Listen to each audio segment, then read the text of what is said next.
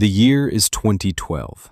The room is a lecture hall at Clemson University, Agricultural Economics 401.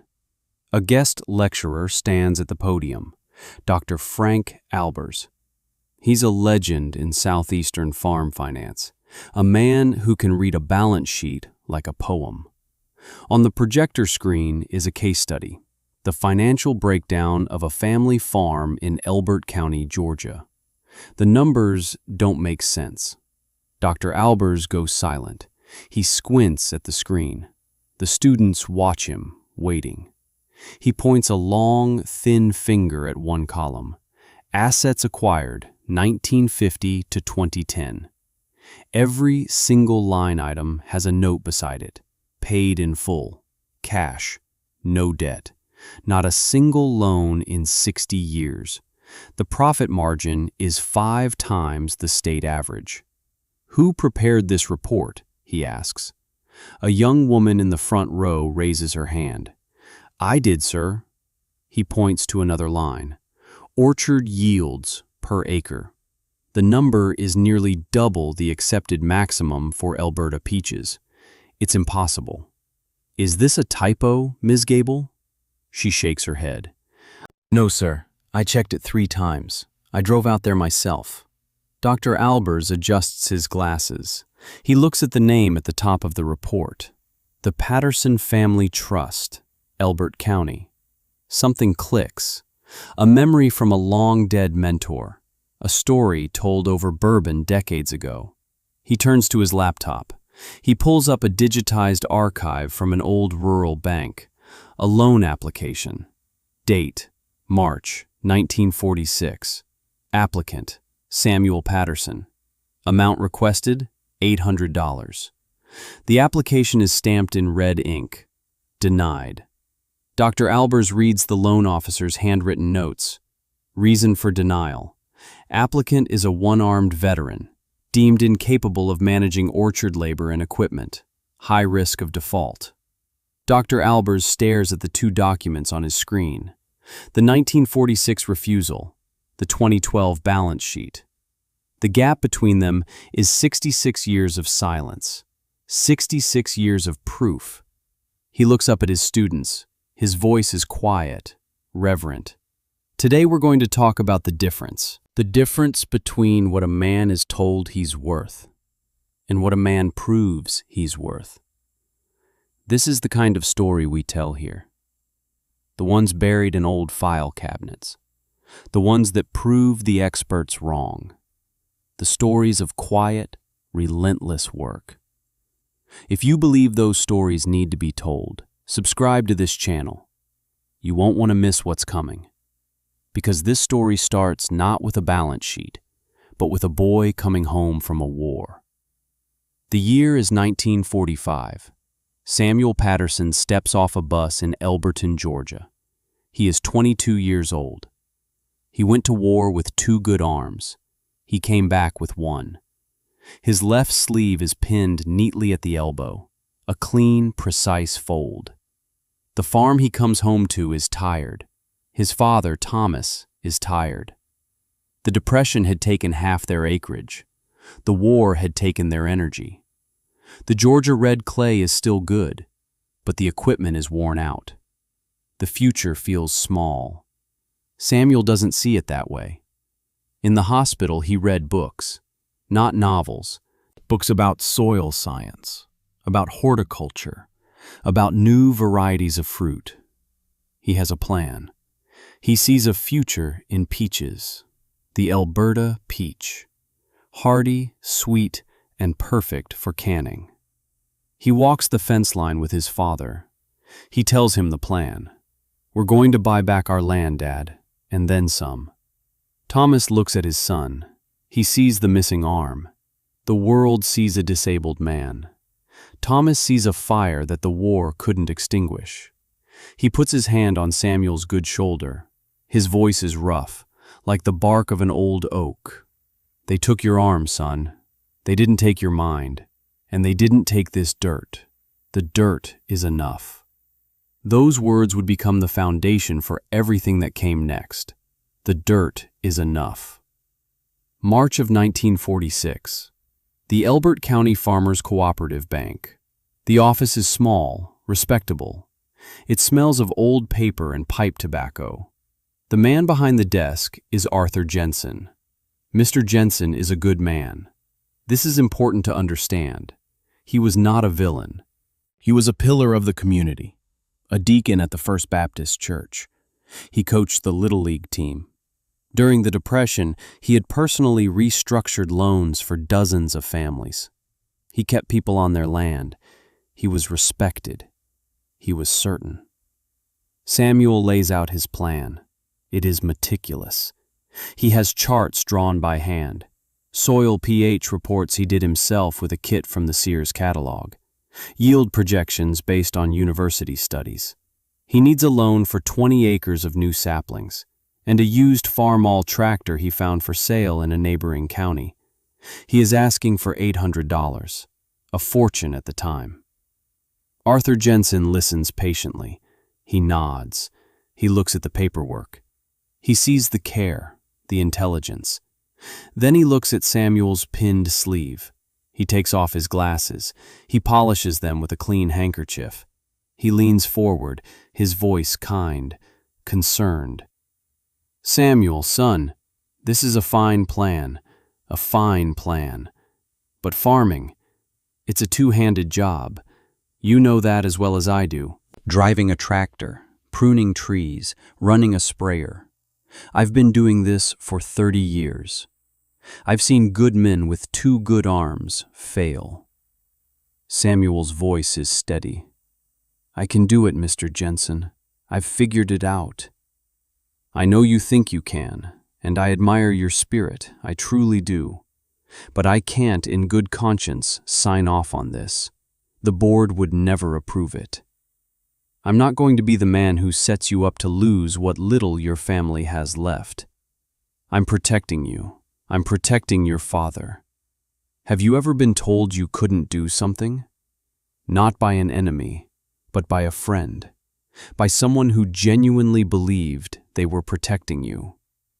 Certainty about another person's capabilities, delivered with kindness, is more damaging than outright hostility, because it cannot be fought with anger. It can only be disproven, with decades of work. Samuel doesn't argue. He doesn't raise his voice. He just nods. He slowly gathers his papers, the charts, the reports, his entire future.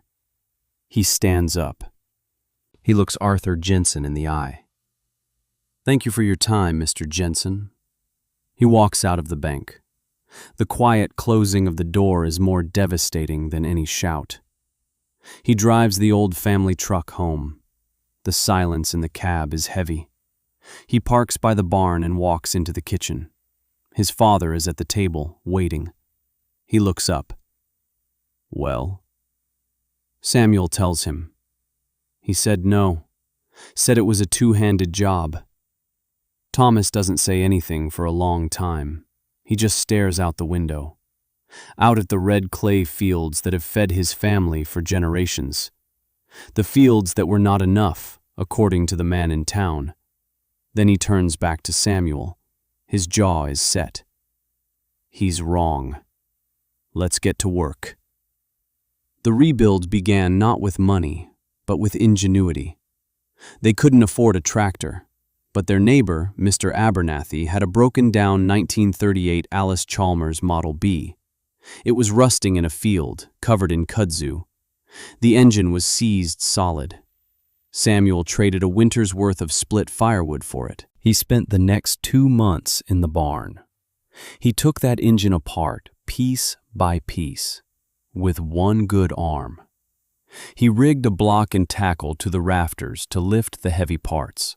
His father, his hands gnarled with arthritis, helped him hold wrenches.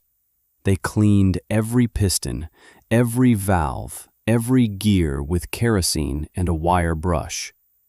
Slowly, painstakingly, they brought the dead machine back to life. But the real problem wasn't the engine. It was the controls. A tractor in 1946 required 2 hands and 2 feet. The clutch was a foot pedal on the left. The throttle was a lever on the steering column. The steering wheel required constant correction. Samuel couldn't operate them all at once. So, he invented. He went to the town scrapyard. He came back with a long steel rod and a spring from an old mattress. He welded the rod to the foot clutch pedal. He bent it, shaped it, and ran it up beside the driver's seat.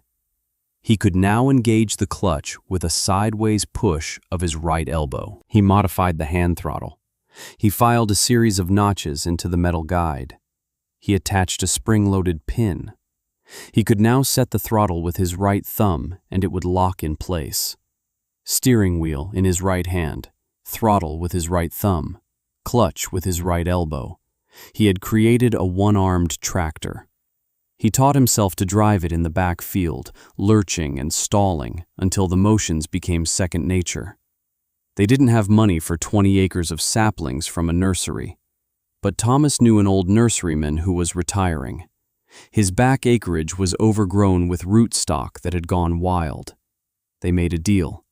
Samuel and Thomas would clear the man's land. In exchange, they could have all the rootstock they could salvage. They spent a month digging in the hard soil, splitting roots, grafting buds from a neighbor's healthy Alberta trees. They ended up with enough for 15 acres. Not the 20 Samuel had planned for, but it was a start. It was theirs. Bought not with a loan, but with sweat and ingenuity. The dirt was enough. It takes 3 years for a new peach tree to bear fruit. 3 years of grinding work. Pruning, watering, fighting pests. Samuel and his father did it all themselves. They were the first ones in the field at sunrise, the last ones out at dusk. People in town whispered. The community split. Some admired his grit. They saw a veteran making his own way. Others just shook their heads. The community doubters. Poor Sam Patterson. He's got more pride than sense. That boy's gonna work his father into an early grave. Arthur Jensen was right to turn him down. He's just delaying the inevitable. But there were allies. One morning, an old farmer named Jedediah Freeman showed up. He was driving his own tractor, pulling a disc harrow. He didn't say much, just parked his machine next to Samuel's barn. Your father gave my family a sack of flour in '32 when we had nothing. He said it kept his children from starving. Don't argue with me, boy. Just tell me where to start. For 2 days, Jedediah helped Samuel cultivate the rows between the young trees. He never asked for a dime. He was paying a debt from a generation before. That's how communities used to work. A currency of kindness, not just cash. Then came the summer of 1949, the first harvest. The peaches came in, and they were beautiful. Large, firm, with a deep blush of red and gold. The yield was higher than anyone expected. The soil, enriched with cover crops and manure just like his grandfather had taught, had worked its magic. Samuel and his father picked for a week straight. They loaded their old truck until the springs groaned. Samuel drove to the co-op loading dock, the same co-op run by the same board that had deemed him incapable. The dock foreman, a man named Carl, came out. He picked up a peach. He whistled. "They're good, Patterson. Real good." But then he looked at his clipboard. His face changed. "Problem is, we've got a glut. Big farms from South Carolina brought their crop in early. We're full up. We can't take yours." Samuel looked past him. He could see empty space on the dock. He could see them unloading another farmer's truck right then. He understood. This wasn't about space. It was about him, the small-timer, the one-armed man, the one who didn't have a loan with them, the one they had already written off. It was easier to say no. Carl felt a little bad. He wouldn't meet Samuel's eye. "Look, I can give you 10 cents on the dollar for juice grade. They'll just get pressed. Or you can just take 'em home." Samuel stood there. The sun was beating down. The smell of ripe peaches filled the air. 3 years of his life were in that truck. "You're telling me to dump them?" Carl shrugged. "Not my call, Sam." So he did it. Samuel backed his truck up to the edge of the loading dock property. He opened the tailgate. He began to push the crates off. One by one, a mountain of perfect, beautiful peaches piled up in the Georgia dust. A crowd of other farmers gathered. They watched in silence. It was a funeral for a crop. Inside his office, Arthur Jensen watched from the window. He saw the fruit of the man he had refused, piling up like garbage. He felt something he couldn't quite name. It wasn't guilt.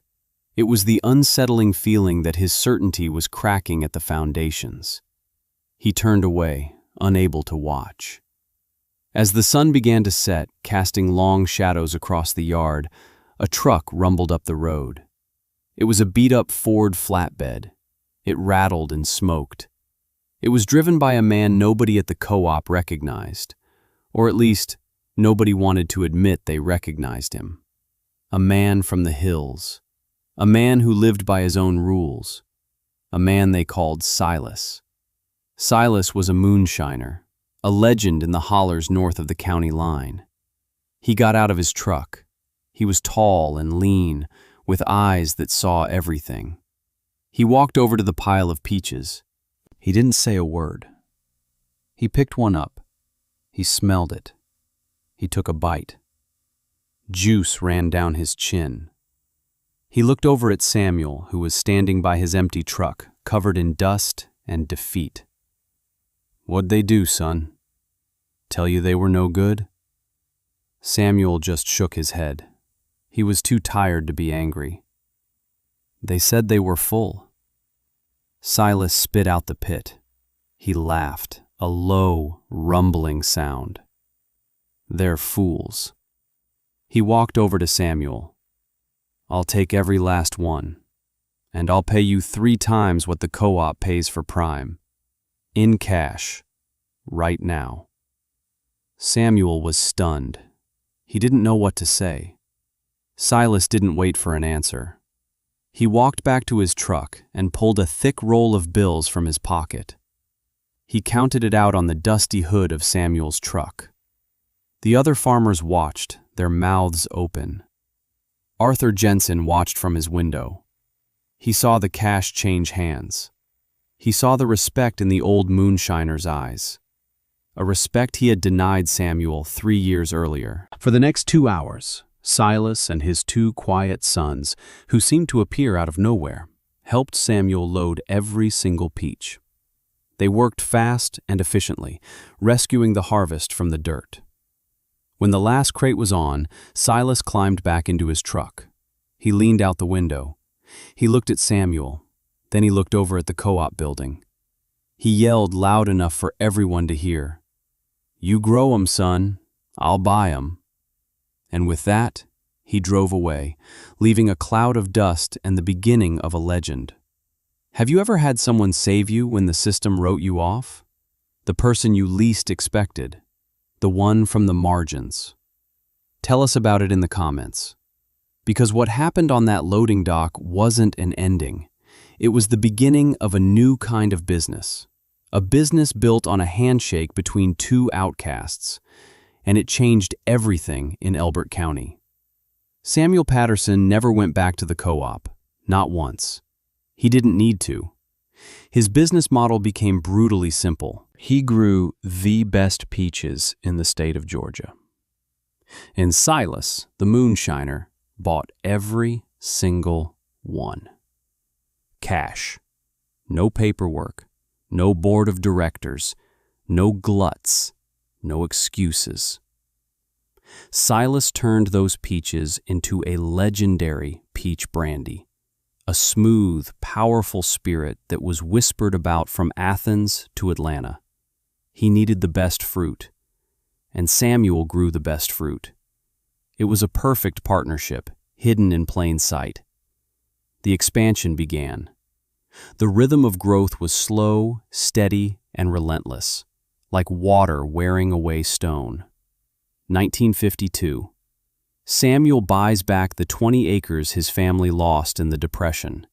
He uses the custom-built Alice Chalmers tractor he made with his own 2 hands. He pays cash. 1955. He buys another 40 acres from a retiring neighbor. The neighbor tells him, "I'd rather sell to you, Sam. You know what this dirt is worth." He pays cash. 1960. His father Thomas passes away peacefully in his sleep. He leaves the farm to Samuel, free and clear. That same year, Samuel drives to the John Deere dealership. He buys a brand new Farmall 560, a beautiful, powerful machine. He doesn't need to. His old Alice Chalmers still runs like a top. He buys it just to prove he can. He pays cash. He puts the old tractor in the back of the barn. He covers it with a canvas tarp, a monument to his first victory. 1965. He now has 150 acres of the most productive peach orchards in the state. His yields are 30% higher than the county average. His secret isn't a secret at all. It's just old knowledge. He listens to the dirt. He uses cover crops in the winter to replenish the nitrogen. He builds up the soil with compost and manure, things his grandfather taught him, things the new chemical fertilizers were supposed to make obsolete. He was practicing regenerative agriculture before it had a name. The dirt is enough. 1970. The Elbert County Farmers Cooperative Bank is struggling. A few years of bad weather, too many bad loans made to farmers who were over-leveraged. Arthur Jensen is retired now. The new bank manager is a young man from the city. He drives out to see Samuel. He offers him a massive line of credit. "Whatever you need, Mr. Patterson, we want your business. We'd be honored to hold your accounts." Samuel is polite. He listens. He offers the young man a glass of sweet tea. Then he says, his voice calm and final, "I don't borrow money." 1975. He's up to 300 acres. He's not just growing peaches anymore. He's growing grapes, muscadines and scuppernongs, the best in the region. Silas's business has grown too. He's semi-legitimate now. A specialty fruit distiller, his business card reads. Their partnership is a quiet legend, the engine of a hidden economy. 1980. A parcel of land comes up for sale. Good bottom land, right next to Arthur Jensen's retirement home. Samuel buys it. Not out of spite, it was just good land. And Samuel never passed up good land. From his porch, Arthur Jensen watches. He watches as Samuel, now in his late 50s, works the fields on a modern, air-conditioned tractor. He notices something strange. Samuel still only uses his right arm to steer. The habit, born of necessity, is now too deep to break. The witness watches, and the proof grows season after season right before his eyes. The year is 1988, a drought year, the worst in a century. The Georgia clay is baked as hard as brick. The corn is withering in the fields. The cotton is stunted. Farmers are losing everything.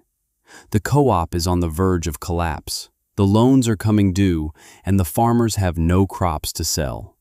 One afternoon, a car pulls up the long driveway to Samuel's farmhouse. It's Arthur Jensen. He is an old man now, frail. He walks with a cane.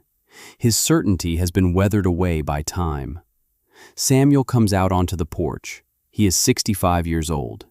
His face is a map of his life, etched by sun and wind. He is strong, grounded. He offers the old man a chair and a glass of cold water. They sit in silence for a moment. The only sound is the buzzing of cicadas in the trees. Samuel's trees, which are green, healthy. Years ago, he had spent a small fortune building a massive irrigation pond. He dug it himself with a rented earth mover. Everyone said he was crazy, wasting good money on a hole in the ground. Now, his pond is the only reason his orchards are alive. Jensen finally speaks. His voice is thin, reedy.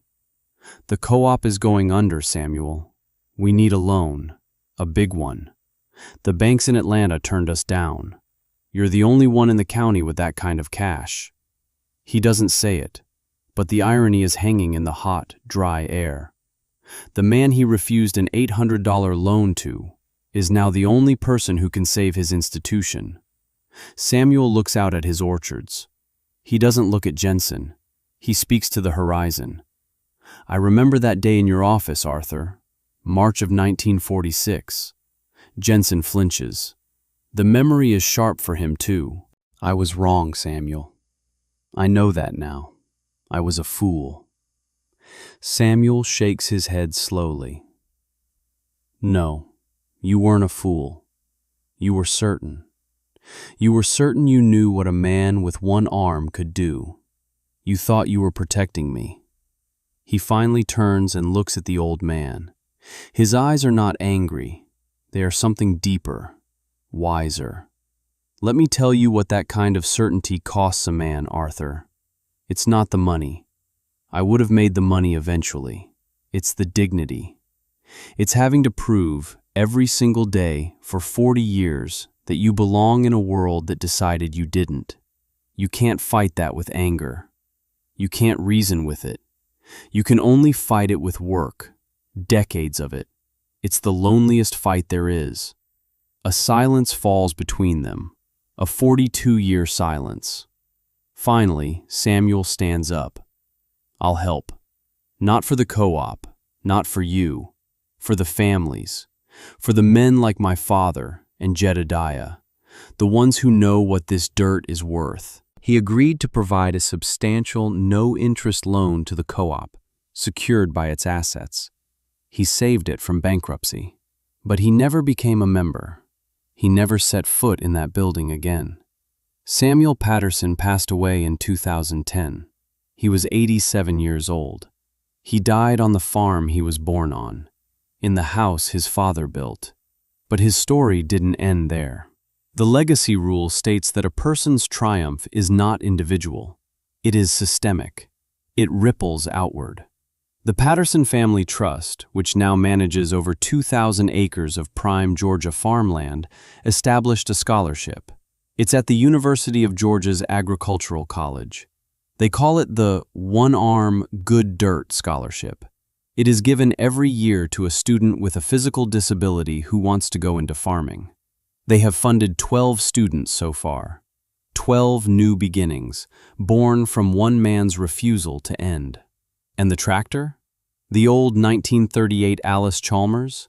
The one with the custom-built controls? Samuel never patented his invention. He didn't believe in owning an idea born of necessity, but he shared the design with any disabled veteran who wrote to him and asked.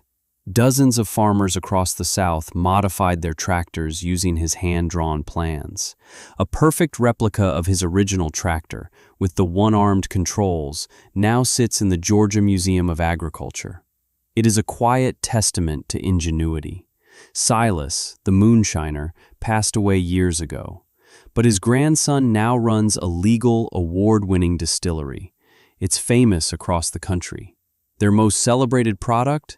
A premium peach brandy. They call it Patterson's Reserve. The label on the bottle features a simple drawing of a single peach tree and a small line of text at the bottom.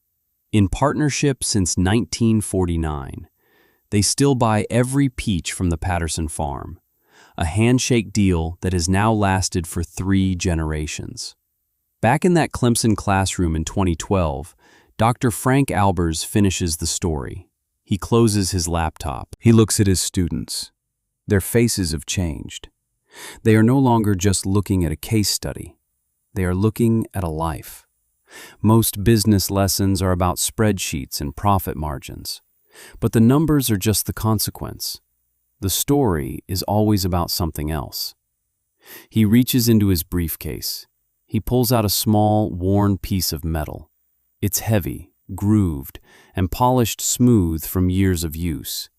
It's the notched locking mechanism for the throttle. From Samuel Patterson's original tractor. Samuel's granddaughter gave me this after his funeral. She said he kept it on his desk. A physical artifact. A reminder. To remind himself that the most dangerous limitation is the one someone else puts on you, especially when they do it with the best of intentions. Proving someone wrong who thinks they're being kind is the loneliest fight there is. It's a fight you can't win with words. You can't win it with an argument. You can only win it with decades of quiet, relentless proof. You win it by making your life the argument. By turning your farm, your business, your work into a balance sheet that no one can deny. Right now, somewhere in the world, a young person is being told what they can't do. Not out of cruelty, not out of malice, but out of concern, out of protection. Someone is drawing a box around their life because they are certain they know its limits. They are being told that their dream is a two-handed job, and they only have one. If this story reminded you of someone who refused to stay in their box, share it with them. If you believe we need more stories about the quiet heroes who prove the world wrong, subscribe to this channel. And in the comments below, tell us about a time. A time you, or someone you know, turned a "you can't" into a "watch me." Because those are the stories that matter. Those are the stories that give us all the strength to get to work. To trust that the dirt is enough.